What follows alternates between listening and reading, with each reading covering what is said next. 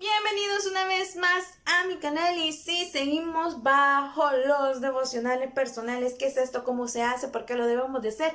Te lo comento brevemente. Primero que nada, tú y yo hemos sido llamados a estar en la llenura del Espíritu Santo, procurando estar llenos, sometiéndonos a la palabra de Dios, creciendo espiritualmente y sobre todo leyendo su palabra. Todo esto lo vamos a hacer si tú y yo le dedicamos tiempo a Dios. ¿Y cómo se llama esto? Pues es un devocional que tú y yo nos trazamos como meta, propósito para nuestras vidas espirituales y le dedicamos cierto tiempo al Señor.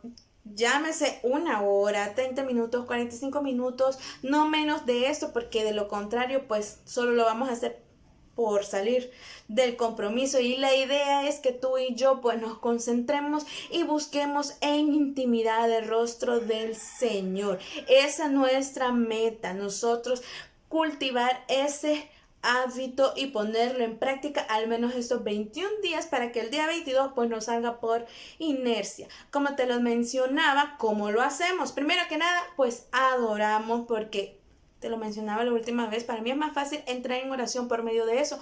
Luego, pues empezamos nuestra lectura. En nuestra lectura, pues yo voy en el Evangelio según Lucas capítulo 2 y posteriormente a eso, cualquier punto, versículo que me parezca importante, pues yo lo voy a anotar y luego voy a reflexionar a modo de ir tomando esa lectura, esos versículos para mi vida cotidiana. Sin más, pues vamos a dar inicio y quiero pedir disculpas desde ya si escuchas algún sonido que no lo estoy haciendo yo, pues disculpen. Así que por acá tengo mi reflexión. Si te fijas, pues hice mi tarea. Lo hice porque, como te lo menciono, estoy leyendo este evangelio y pues quiero terminarlo. Es mi ejemplo para ti y tú lo puedes hacer de esa forma, y si no, pues te inspiras, tomas ideas y lo adaptas a tu forma de devocional personal. Punto número 1. ¿Cómo inicia este segundo capítulo de Lucas? Habla del nacimiento de el Mesías, Jesús, el Hijo de Dios. Me llama la atención 3 puntos dentro de este capítulo. Primero que nada, pues habla de que este nacimiento ya estaba profetizado. Esto ya estaba profetizado en el Antiguo Testamento, como te lo mencioné en el video anterior. Estaba hablando de que Miqueas, en el capítulo 5, versículo 2, habla de que iba a nacer en Belén. Sabemos que tal cual lo menciona el Evangelio según Lucas, pues José y María se fueron para Belén, mientras en la ciudad en la que se encontraban se estaba haciendo un censo. ¿Qué es un censo? Un censo, se estaba realizando un censo, y esto era conforme a llevar un registro. Recordemos que para ese entonces el Imperio Romano pues estaba al dominio y ellos querían llevar este registro no porque fueran bien propios, no, sino que lo estaban haciendo para cobrar el impuesto, para cobrar todo eso, todo ese tributo, y hacerlo de esa forma. Por eso se hacía. Entonces, como te estaba explicando, las profecías se iban cumpliendo. También lo encontramos allá en 2 de Samuel, capítulo 7, versículos del 12 al 16. Y allí nos menciona que el Mesías prometido iba a venir sobre el linaje del rey David. Profecías que se van cumpliendo conforme a la lectura en los evangelios.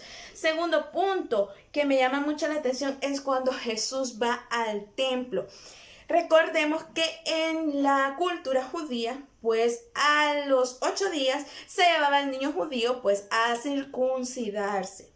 Entonces lo llevaban al templo también para presentárselo a Jehová Dios, Padre celestial de cada uno de nosotros. Y esto pues se hacía bajo esta forma, esta cultura.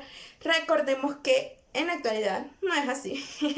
A los recién nacidos les hacen otro tipo de cuestiones, pero nosotros, los hijos de Dios, no hacemos eso, sino que los niños son presentados a Jehová. Cabe recalcar que este punto es muy importante para que tú y yo entendamos que Jesús nunca fue bautizado de bebé, jamás, sino que fue presentado. Posterior a esto, dice la palabra de Dios allá en el versículo 41, hace una descripción creo que me adelanté un punto, vamos a regresar.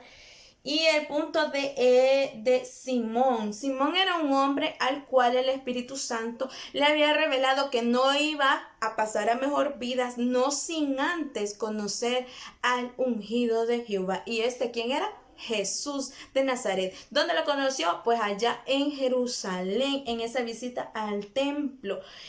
Hoy sí vamos a ir al punto de Jesús en el templo cuando él estaba con los doctores de la ley, oyéndoles y preguntándoles. Y todos los que le oían se maravillaban de su inteligencia y de sus respuestas.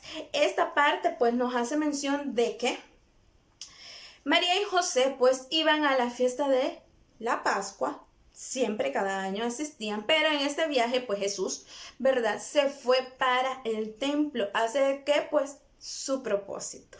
Recordémoslo. Entonces, pues ellos se afligieron y regresaron para buscarle. Y me llama mucho la atención el versículo 49, que Jesús les dice, bueno, ¿por qué me buscaban? ¿Que no sabéis? ¿Qué? Dice, en los negocios de mi Padre me es necesario en los negocios de mi Padre. Miren qué claro tenía el propósito Jesús para lo que había sido llamado, por el cual estaba en la tierra. ¿Por qué era que estaba allí? Él lo tenía más claro que nosotros muchas veces. Hay que aprender de Jesús, hay que leer su palabra, así que punto para nosotros.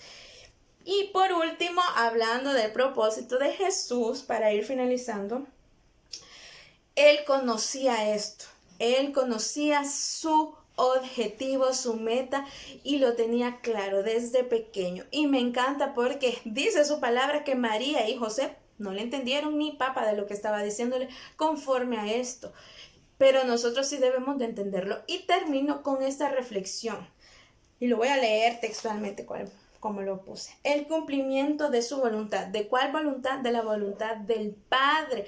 La voluntad del Padre tiene todo bajo control. Así es, igual en el ejemplo de la vida de Jesús. Jesús tenía claro su propósito y él lo estaba realizando porque sabía lo que tenía que hacer, cómo se tenía que desenvolver. Por lo tanto, para que este propósito llegara a cumplirse, Jehová de los ejércitos había estado viendo punto por punto. Por eso vemos que cada profecía se iba cumpliendo conforme a la palabra de Dios. ¿Por qué? Porque Jehová es soberano y Él tiene el control de todo. Su poder es todo, Él conoce todo. Inclusive había preparado el plan para la vida de su Hijo unigénito, Jesús de Nazaret. Él ya sabía cómo se iba a dar todo ese proceso, en qué situaciones Él venía desenvolviéndose, y así se cumplió. ¿Cuál era ese propósito? Pues que tú y yo conociéramos el Evangelio y ahora pues seamos salvos por el sacrificio de su sangre y le conozcamos. Ese es el propósito tan precioso de la vida de Jesús cuando estuvo acá en la tierra, y continúa haciéndolo a sí mismo a la diestra del Padre. No te olvides que esta reflexión es para que nosotros hagamos conciencia y nos demos cuenta que debemos de poner por palabra, por obra, esta voluntad revelada a nosotros. No te olvides de leer tu Biblia, realiza los devocionales personales y eso sí, anótalo, la voluntad del Padre, la voluntad de nuestro Señor Jesucristo tiene todo bajo control. No te vayas no sin antes suscribirte, darle un like a este video, compártelo con alguien que lo necesite y dale click a la campanita de notificaciones. No te vayas a perder ninguno de esos devocionales para que tú te inspires de alguna u otra forma y tomes ideas. Nos vemos por acá después.